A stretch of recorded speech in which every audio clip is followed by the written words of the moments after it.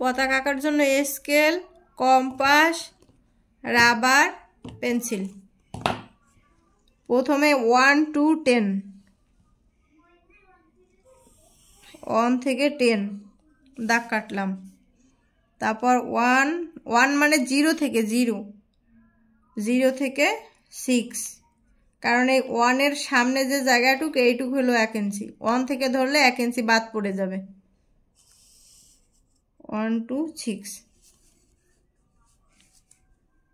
এখানে আবার 10 এর দাগ কাটবো না, ফোঁটা দিয়ে দিলাম, কারণ এখানে 6 আছে কিনা সেটা দেখে নিতে হবে। অলরেডি 6 আছে, দাগটা টেনে নিলাম। এখানে এখন বাকি দাগটা দিয়ে দেব।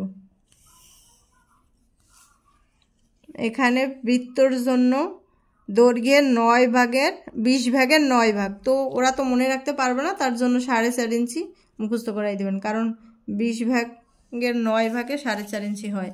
4.5 ইঞ্চি থেকে ভিতরে লম্ব জাস্ট, ওরা তো বসবে না, ভিতরে 3 ইঞ্চি, 3 ইঞ্চিটা একটা বিন্দু। এই বিন্দুটাই হলো বৃত্ত আঁকার জন্য।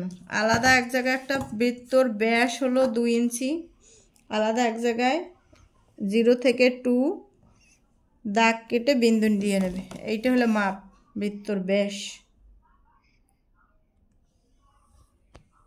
এই মাপ নিয়ে তারপর কম্পাস দিয়ে বৃত্ত আঁকতে হবে। যারা কম্পাস ঘুরাতে পারবে না বলবেন খাতা ঘুরিয়ে নিও।